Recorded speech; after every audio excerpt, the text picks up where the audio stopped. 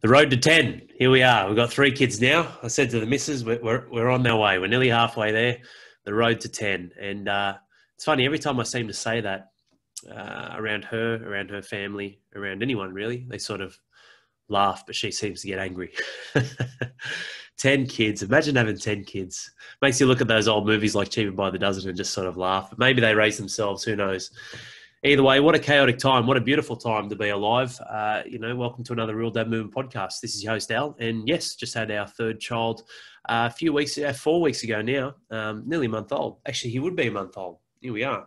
He was born September 11. There you go. What a date. What a unique date in many ways. And hopefully with the guidance and what I develop and help him build into in his life and his journey, he can put some good use to that date as an impactful way of going, you know what, this is when I rocked up and this is what I'm doing now to help the world. But yes, here we are at time recording. This is 12th of October, so he's just over a month. Far out, time goes quickly. Tell you what, he hasn't slept, that's for damn sure. But nonetheless, it's a beautiful gift and one that we're blessed with every day. And that's how I wanted to start this podcast, just for you to have a think about something that you're grateful for. And everyone does this practice. What's something you're grateful for? Write down your gratitude, do this, do that. It's like, okay, that's cool. But just sitting down and going, what's something it's an absolute miracle in your life where you can just kick back and go, wow, that's fucking amazing.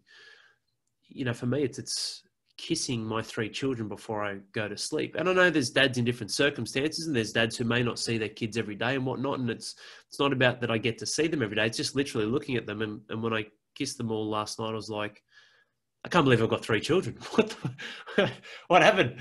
Here's Al, who was some, state shot putter in high school into, used to get bullied, an obese kid, and then became a bully and then sorted his shit out and then became an elite athlete. And then it's crazy. Here we are.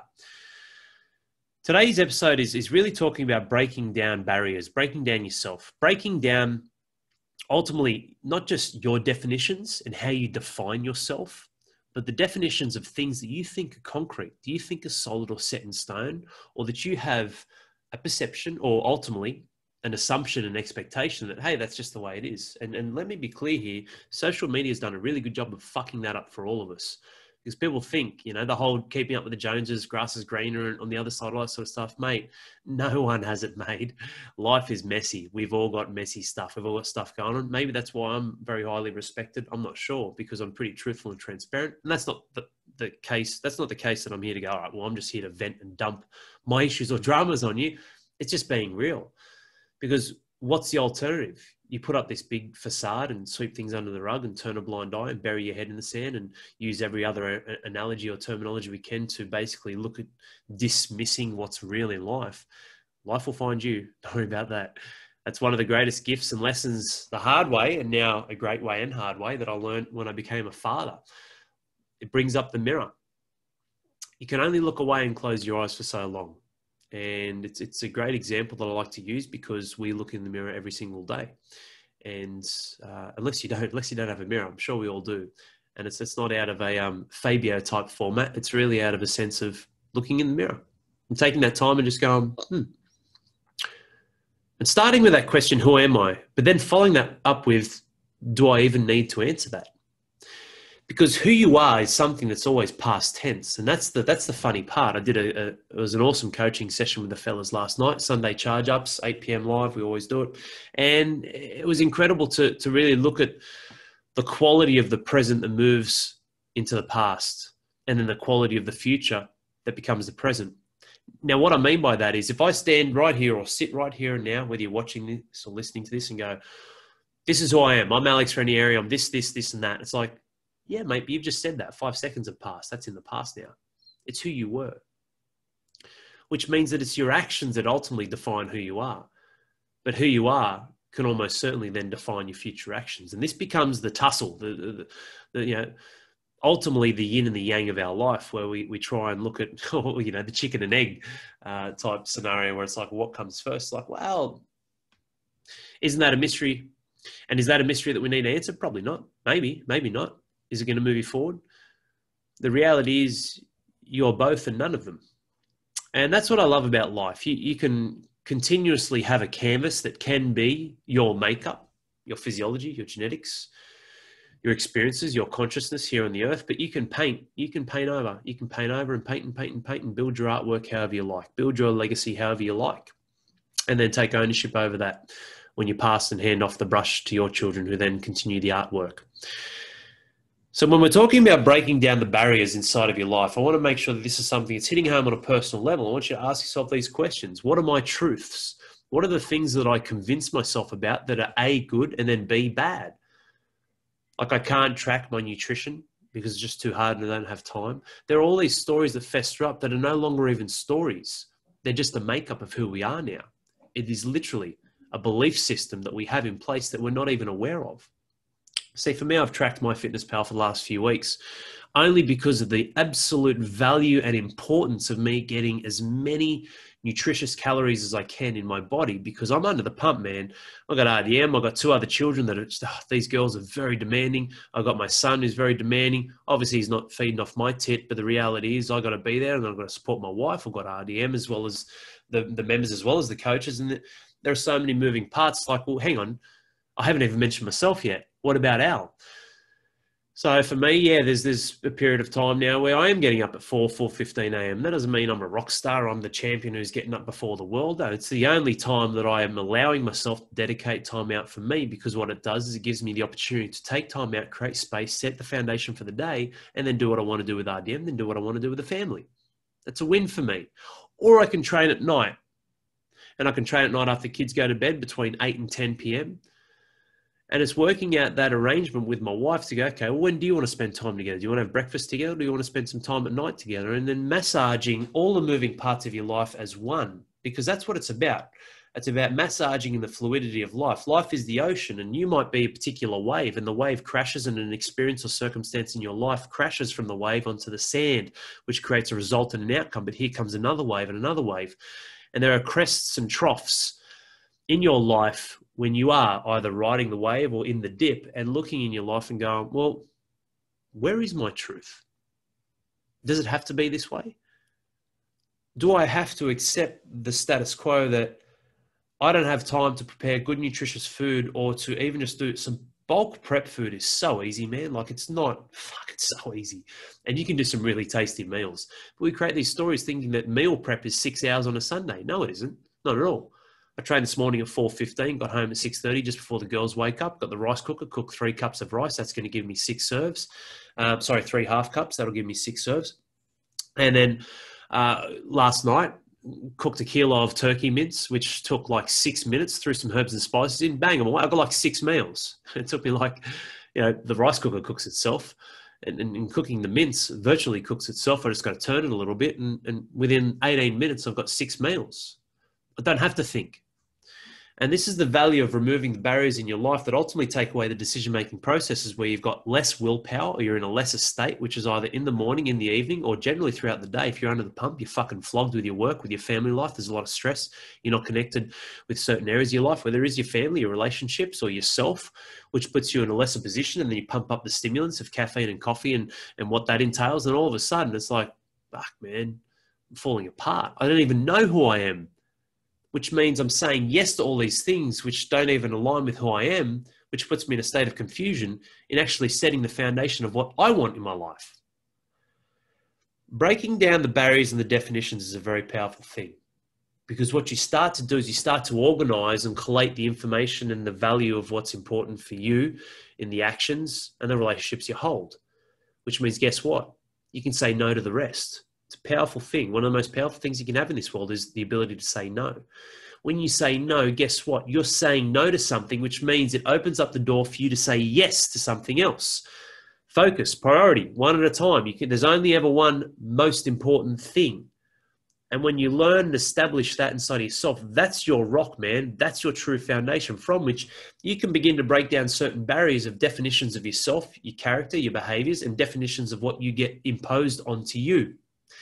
This is how the world should be, Al. This is what it is. These are the rules. These are the parameters. No, they're not. Don't you tell me what my world is.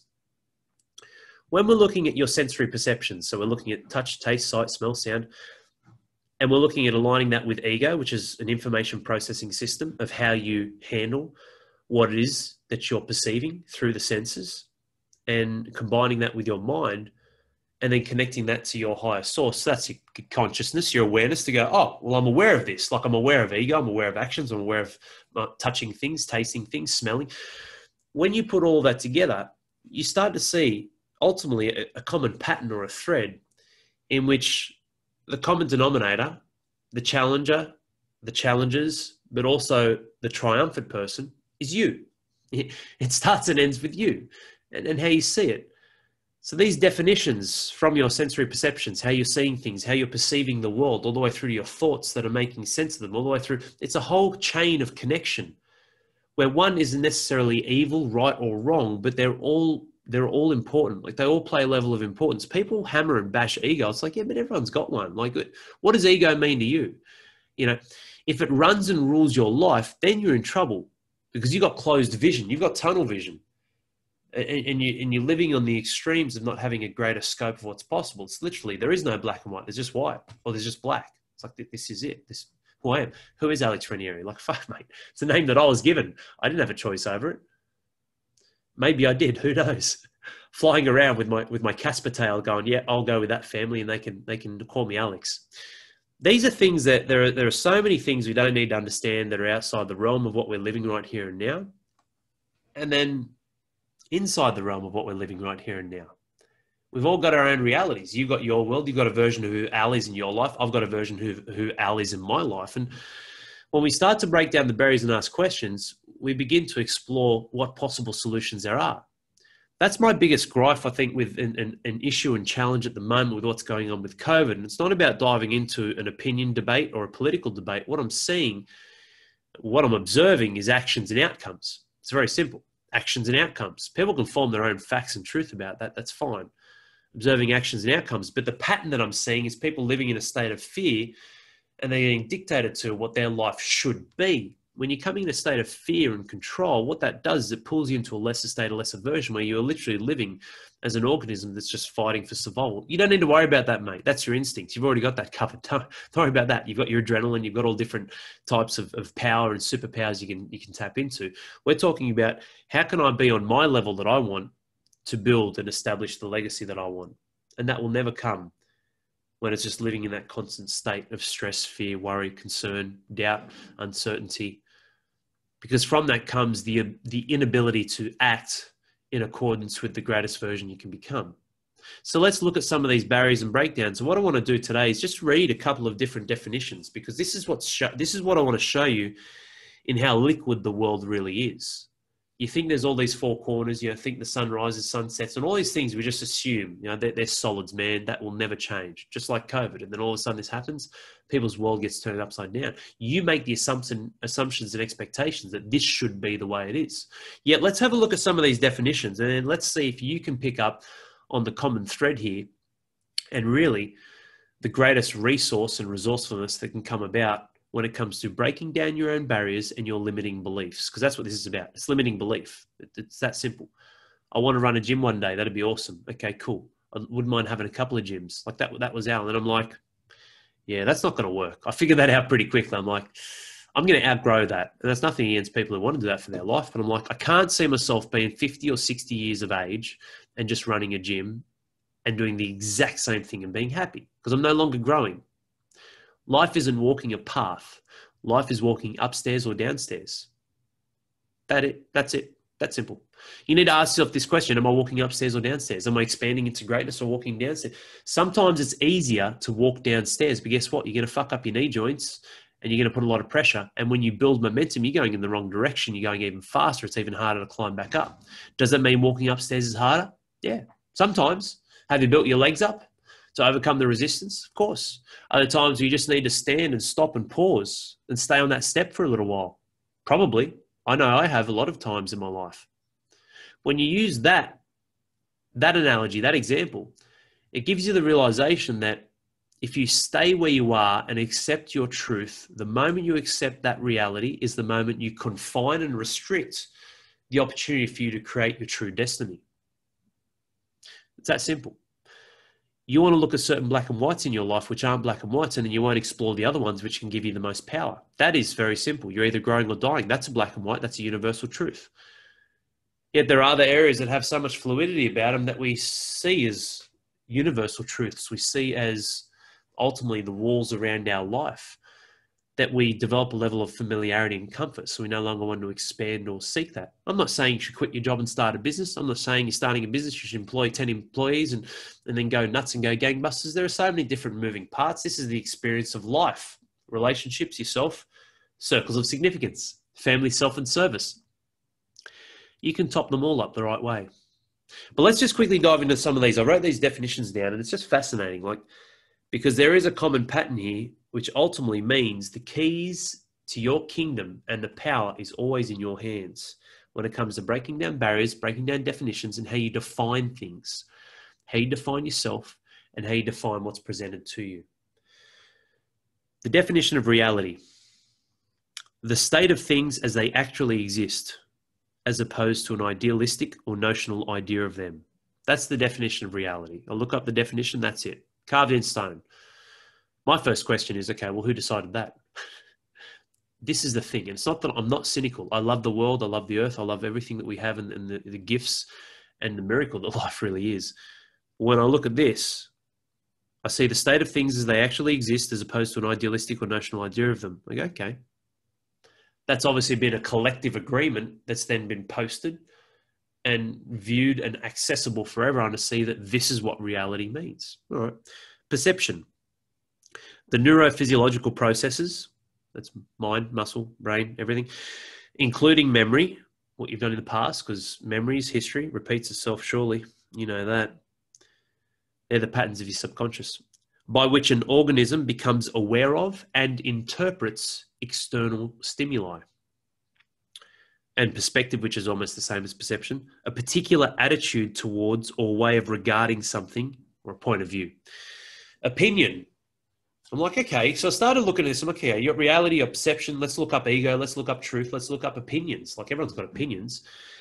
A view or judgment formed about something, not necessarily based on fact or knowledge. The beliefs or views of someone or something. Quite interesting, isn't it? People turn their opinions into truth, or others' opinions into their truth. Ego, the part of the mind that mediates between the conscious and the unconscious and is responsible for reality testing and a sense of personal identity. Like I said, everything you're thinking and feeling processed down into literally your perceptions and the senses and how you operate day in, day out, and how you have that in accordance with yourself and relative to others. Final one, truth. A fact or belief that is accepted as true. Now, I know if you're watching or listening to this, you might rewind it, you might play it again, you might not, that's okay. But when we're going through that, reality, perception, opinions, ego, and truth, for me, and it's not being nitpicky, but for me, I start to look through and go, okay, I just want to, dive into this and just pull the parts around and move them around and just see what comes out. And this is what I saw. And it didn't take very long at all as well, obviously, because it's exactly what my gut feeling was telling me. Always trust your gut. Your gut's a very powerful thing. Don't ever underestimate that. So when we're saying this, what I'm seeing here is a pattern of choice. Reality, perception, opinion, ego, and truth. These are the words that they have inside of them as they actually exist. Who says that it's actually existed? Who decides that? Perception interprets external stimuli. Who's interpreting? What's the type of interpretation that you're having and holding? Opinion, a view or judgment. Your belief, your truth, right? Well, let's dive on into truth. A fact or belief that is accepted as true. So who's accepting this? Why are you accepting this? Ego, a sense of personal identity. Again, coming down to you. When I look at these words, actually interprets, viewpoints, judgments, accepted, responsible for reality testing, personal identity, mediates. What I see is the pattern comes down to one singular thing: your choices and how you choose to see it. And I know that's the definition of perception as well, but ultimately the choice that you make on the connection with the information you're presented with, your circumstances as well, and what it means to you. You don't have to be a controller freak in life. There's so many things you can't control. There's so many you can control. but a lot of them start inside of you. There are things outside of you can influence. Absolutely, 100%. I influence my family big time. I've got a lot of power, not authority, but I've got a lot of power. I've got a lot of energy. I've got that level of leadership and that level of steering the ship when there's times when they obviously need it. And obviously our children don't have the mental capacity. They're not developed like I am as an adult. And this is the value here when it comes to your reality, your perceptions, your opinions, your own ego, your truth. It comes down to a choice. These definitions themselves, they're not set in stone.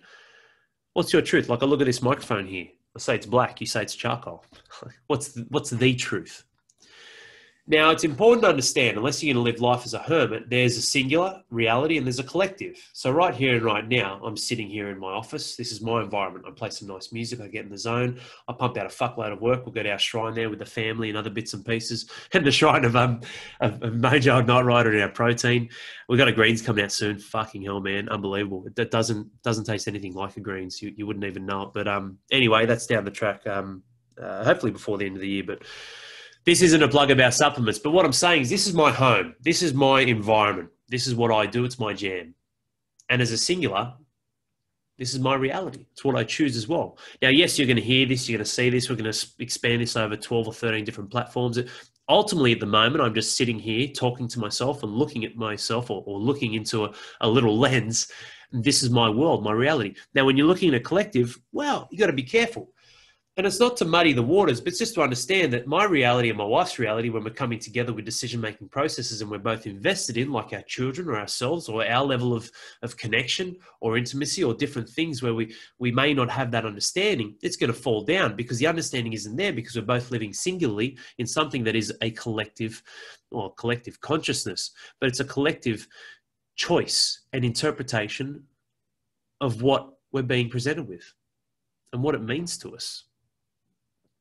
I hope this stuff is making sense. And look, it's not that I'm here to dive woo-woo. Like there's some great philosophies out there in the world, a lot of great Eastern philosophies and all that sort of stuff when we're looking at energy and all that. That's pretty, I mean, it's science as well. Like I'm not here to, chant Kumbaya, although it could be a good song for many, and I'm not here to hack shit on that either. I'm a bit of a shit stirrer at times and smart ass, but it's all tongue-in-cheek stuff. But my point here is even things outside of you that you think are defined or you can find within yourself, these four walls, because it has to be this way, isn't this way.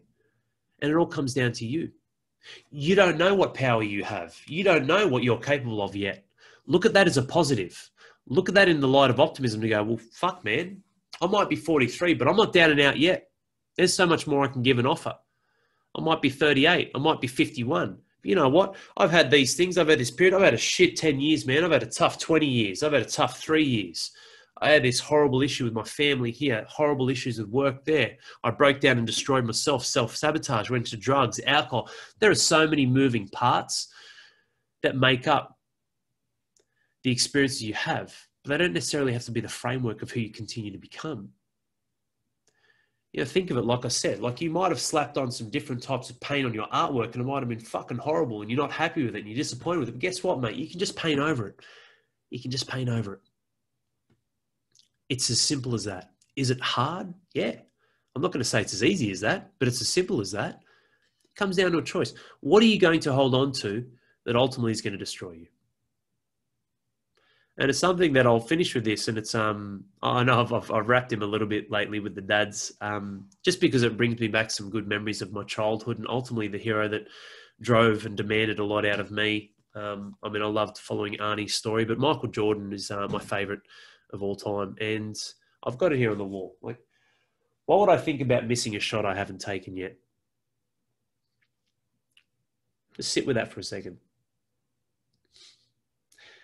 What would I think about missing a shot I haven't taken yet? Too often, we're driven or driving with the controls and levers of fear that put us in a position to not go outside of our comfort zone. Fuck, mate, look up comfort on the dictionary. In the dictionary, what does that even mean? You don't even need to get uncomfortable. Like there's all these sayings, get comfortable being uncomfortable and discomfort is where you grow. So it's like, well, fucking maybe. Me challenging myself isn't uncomfortable. It's amazing. I love it. It's awesome. It's great. It's hard.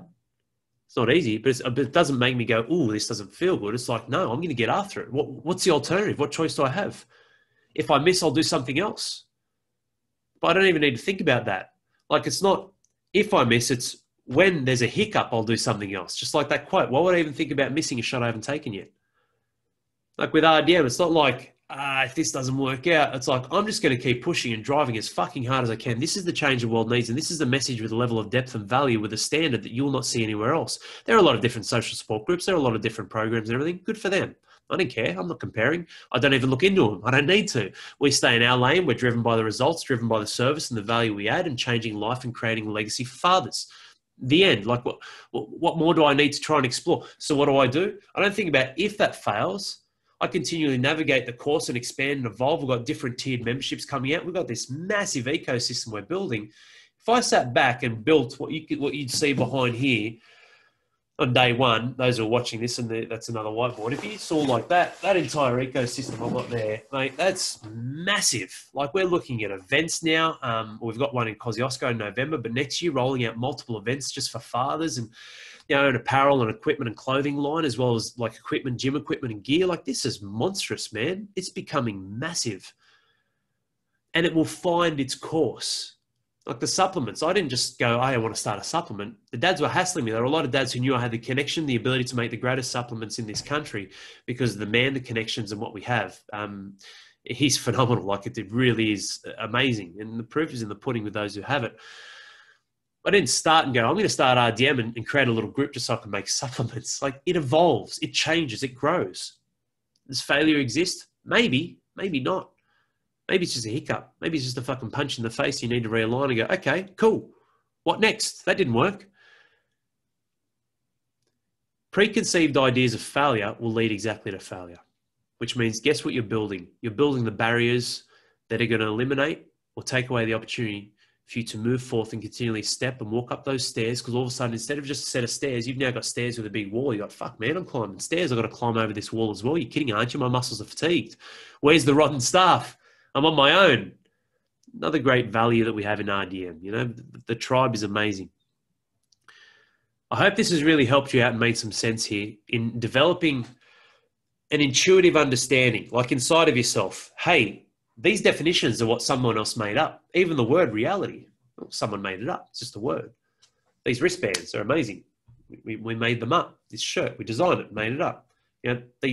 This apple that I'm holding up, these glasses, like, it's all something that was created, and really manifested in a way that it was nourished and nurtured and then produced. Like these iPhones. Say iPhone 25 years ago and see what someone say. iPhone, they think you're illiterate. They think you're a fucking retard. What are you talking about? Like, that doesn't make sense. Are you trying to say a sentence? Yet here we are. Go forth in your life and today, right here and now, after listening to this, and ask yourself a quality question of not just your surroundings and how set in stone they really are, because they're not, but yourself. How set in stone are you? Because you don't need to be. Like, you don't need to be some disciplined, some disciple who just prays for the rest of his life. And no, you just don't need to be disciplined enough until it becomes a habit. And it just becomes part of who you are. Just like what I've done in tracking my calories, MyFitnessPal. It's amazing. It's so easy. It's like, oh, cool. I'm going to dedicate 3 minutes a day to track my nutrition. You get 1,000 minutes a day. Awesome. 0.3%. Pretty hard not to do it, right? Go forth after this. Ask some quality questions of the barriers you're putting up inside of yourself. Don't self-sabotage. Don't tall poppy yourself. You have that power and that ability to break through and create new changes, create new habits. Al keeps leveling up. I look up memories of a year ago. I thought I was pretty bang on with some of my messaging, and the message was great. And I thought the delivery was awesome. I look back, I'm like, oh man, fuck, I've grown so much since then. And I'm actually not really trying to yell and scream and do other things. It's just like, wow, I can't believe how much I've changed. It's only 12 months. It's because I'm consistently seeking that growth. And is it uncomfortable? Not really. Like, are there periods where there's a bit of stress, there's a bit of hardship, there's some challenges? Sure, but uncomfortable is probably not the word I'd use, because the alternative is uncomfortable. Like, if you do what is easy in life, your life will be hard. And it'll be hard because you'll reach a breaking point where it will get really hard. But you won't have the resilience, the kahunas, the grit to follow through, or the patterning to stand up and fight the resistance you're facing. It's game over, man. Do what is hard. Life will be easier. Life gets harder. That's the secret. Keep your body as young as possible. Expand your mind as much as possible. Take care. Have an amazing day, night, weekday, weekend. Whenever you guys listen to this, thanks again for your love and support as always. Really enjoying the feedback. And don't forget, for the rest of the month of October, the free nutrition course. It's amazing. Like the ebook, the audio books, the video series. If you want it, hit me up. alex@realdadmovement.com.au, or if you're watching this or listening to this, comment, hit me up with a private message. Anything you need, let us know. But that's a free giveaway. It's helping you build and establish your own relationship to food, because that's important. Not what a nutritionist sits down and says, you have to do this. And that's not taking away the art of what they do. It's the value of connection, which a lot of people don't have. Doesn't matter what degree you have. That's bullshit. What's going to work for you in your life and why? Why do you need this? What's the purpose behind it? Take care, guys. Thanks again. And I'll see you on the next episode.